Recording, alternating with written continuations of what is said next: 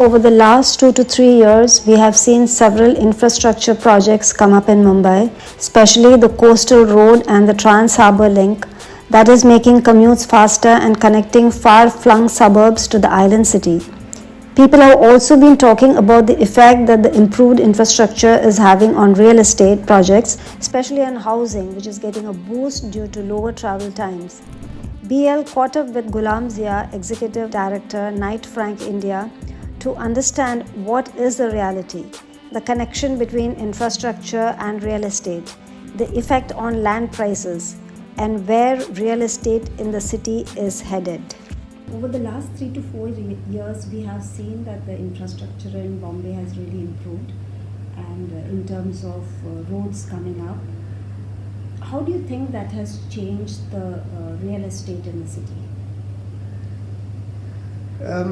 The infrastructure that you're talking about is mostly within the island city, and the remote areas, whether you're talking about Panvel Plain area or the Bhiwandi, Thana, Bhiwandi, all that area, or on the other side, Vasai Virar, Palghar area, there nothing much has changed. And that is where majority of our population stays, and majority of our housing will be created and being created as we speak. The South Mumbai or South Central Mumbai or the immediate suburbs of Mumbai that we are talking about are not yet getting any improvement as far as infrastructure is concerned. The reason is when you're creating the first metro that we speak about, Versova Andheri Ghatkopar metro, the town had no impact of that. It was an east-west connectivity at the farther end of the city. Then the two metros that we had connecting Dahisar to Andheri on both Western Express Highway and Link Road, again are small fragments in far off location. So impact of those mass rapid transport systems have been minimal thus far, nothing much. So in a city where transportation is the key, the infrastructure we are talking about is yet to show any impact. The coastal road that we are talking about, of course, they have opened up the Worli to North Mumbai, the South Mumbai tip, but even that has a very minimal impact. Yes, there is an impact. Quite a few people living in Bandra are now keen to travel to Nariman Point because of coastal road, but that's a small fraction of travelers. So if you're talking about overall city, the current improvement in infrastructure hasn't had any impact. And real estate developers are very smart and they are already watching this. And to believe that because of improvement in infrastructure, some real estate activity is happening, I would not fully agree.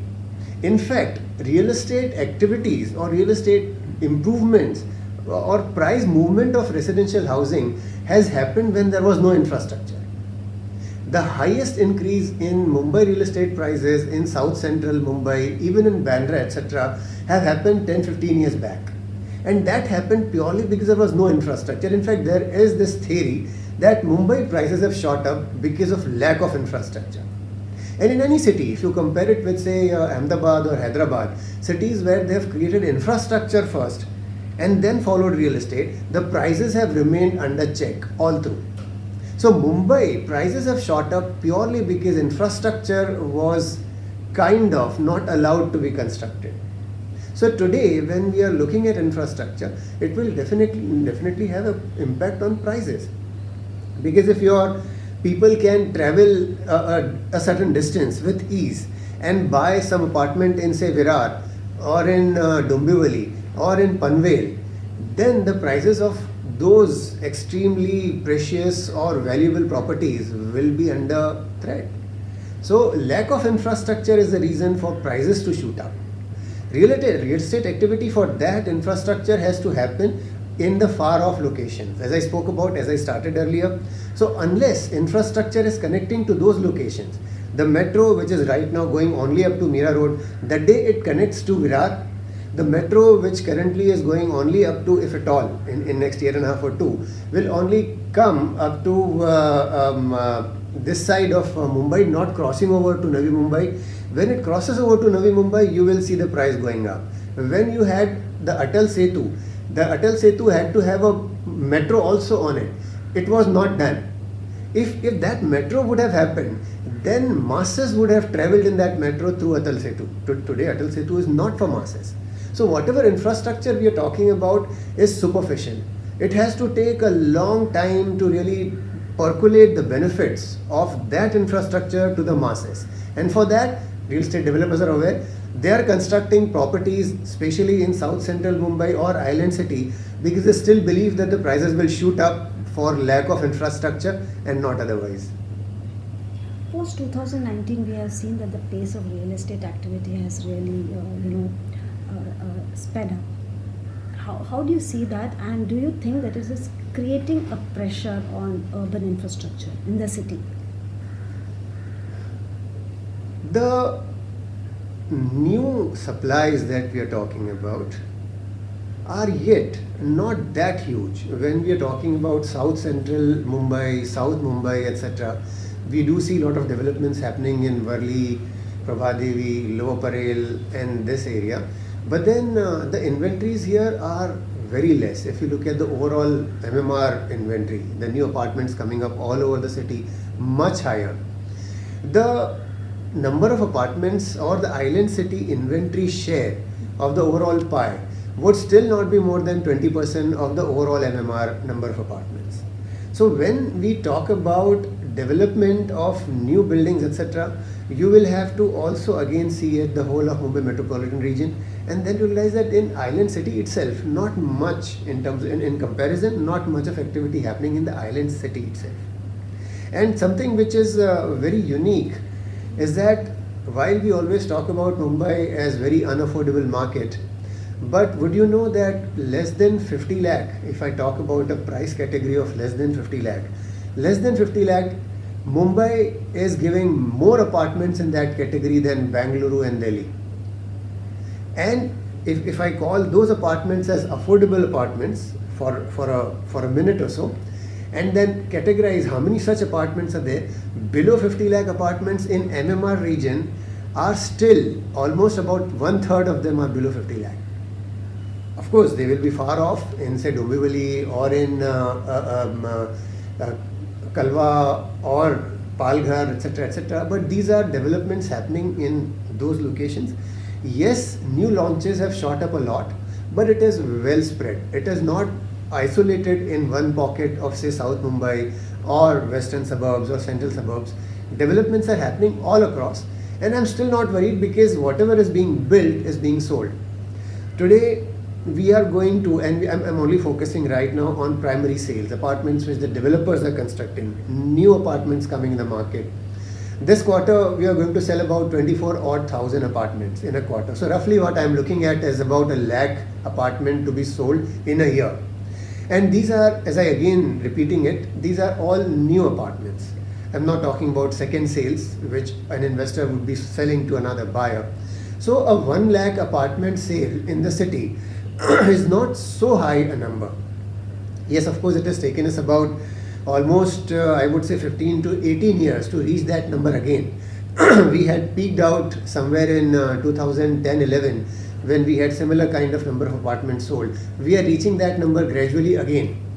But important point is that now the expanse is much wider than what it was say 15-20 years back. Earlier, you didn't have Palghar and Virar area or Dombivli area or Panvel Pen area as part of MMR. Today, all of them add up. And hence, when you're talking about 1 lakh inventory sold, and to that, I think the new addition in a year, in this year, we shall be seeing not about 125 to 150,000 apartments, which is not that bad.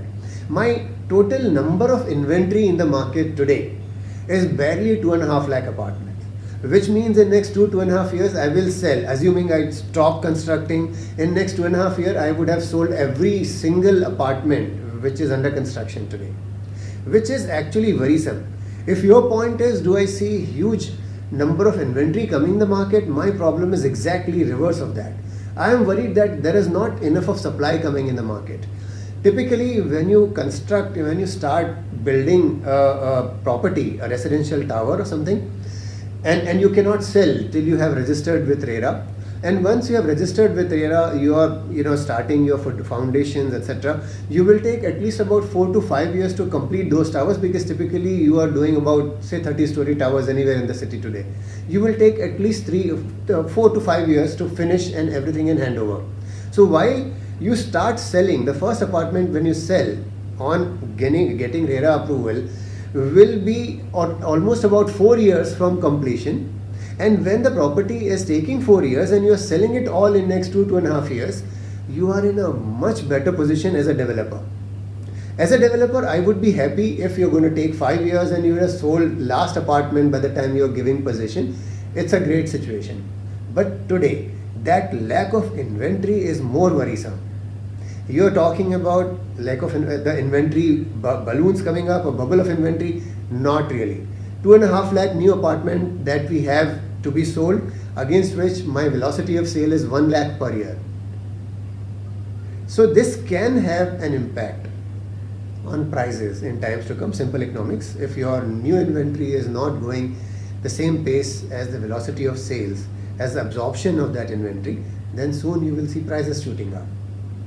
Then do you think that the real estate guys, players, they are actually slowing down the new units, new houses that they are constructing?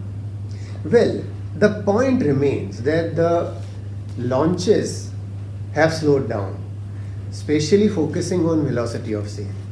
Now, do you want to give this entire blame to developers?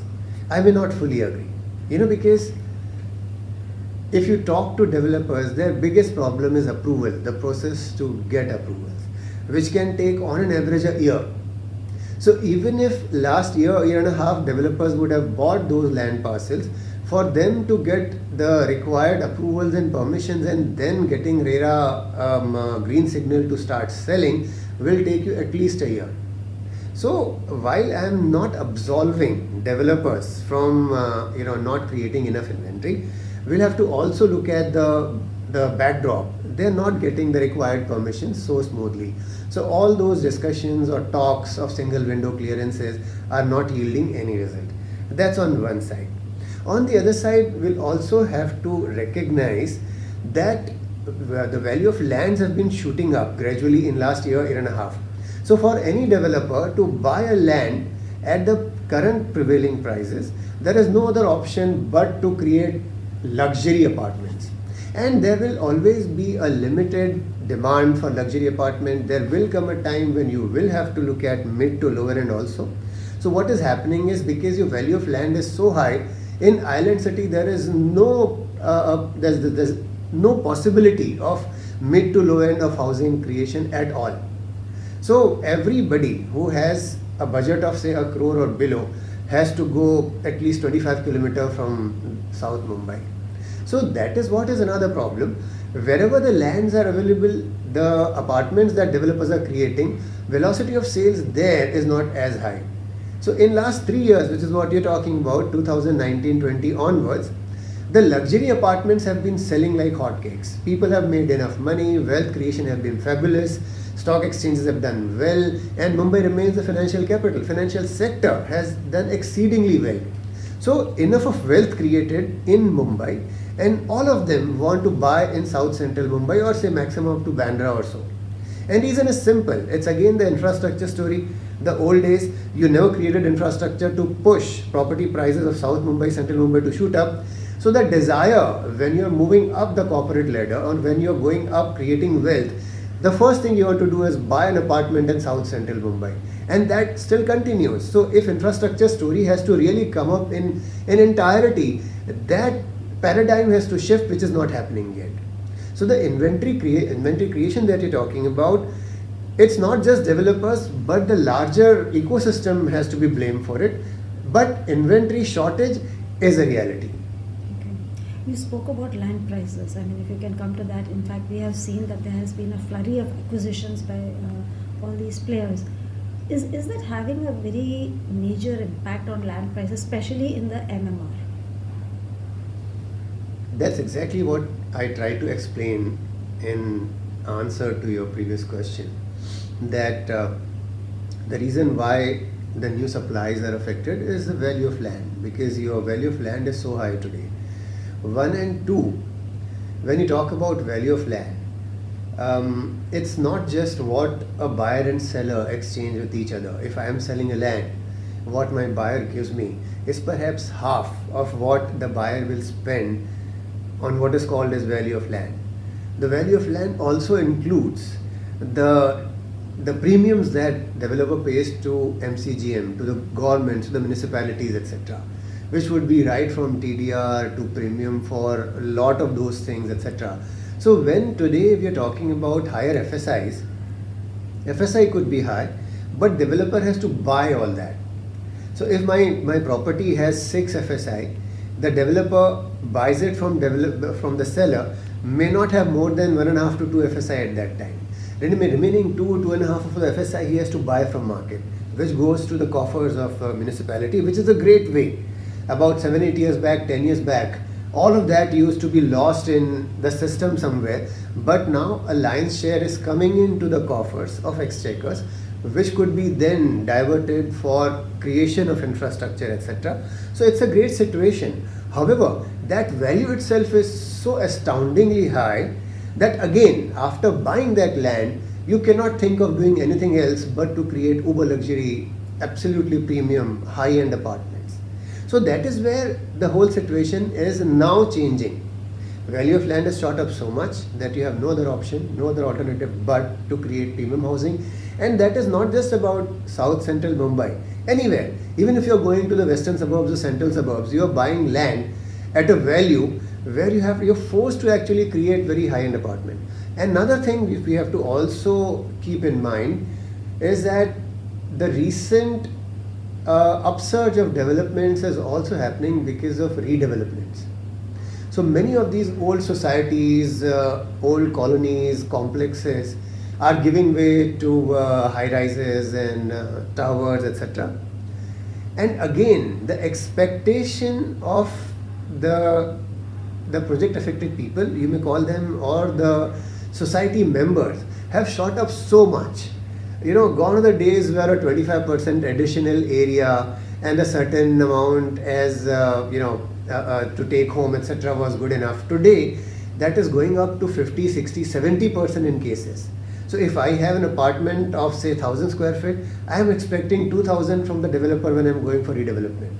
And that is once again creating a huge impact, because when a developer is paying so much, then he is once again left with no other alternative but to cater to only the premium segment or uber luxury segment. So while we blame the developers that they are creating products only in a certain category, it's also the problem that whatever raw material, land is the biggest raw material, whatever price they are paying for the raw material, accordingly they are creating the inventory. So we can't entirely blame developer for the situation today. Land values have indeed shot up a lot. Okay, thank you. Thank you so much, Mr. Zia, for these fabulous insights into the real estate sector, especially in Bombay.